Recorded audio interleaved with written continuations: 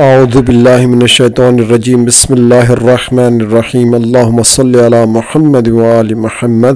امام علی ابن موسیٰ رضا فرماتے ہیں کہ اپریل جس کے 30 دن ہوتے ہیں، اس میں دن رات کے مقابلے میں قدرے بڑے ہو جاتے ہیں، موسم کے مزاج میں حرارت اور قوت بڑھ جاتی ہے جو فصلوں پر اثر انداز ہوتی ہے۔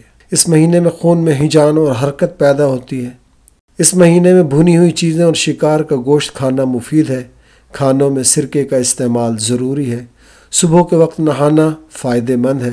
جسم پر تیل کی مالش کرنا بھی صحت کے لیے اچھا ہے۔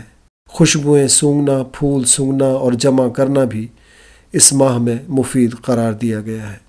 امام علی رضا علیہ السلام اس مہینے کے پرہیزات کے بارے میں بیان فرماتے ہیں کہ اس مہینے میں نہار منہ پانی پینے اور ورزش کرنے سے پرہیز کرنا چاہیے اور بھینس کے دودھ اور بڑے کے گوشت کو استعمال نہ کریں۔ ناظرین، اپنی صحت کا بہت خیال رکھیے گا۔ اللہ تعالیٰ آپ کو صحت و سلامتی اور طول عمر عطا فرمائے۔ آمین۔ اللہ حافظ۔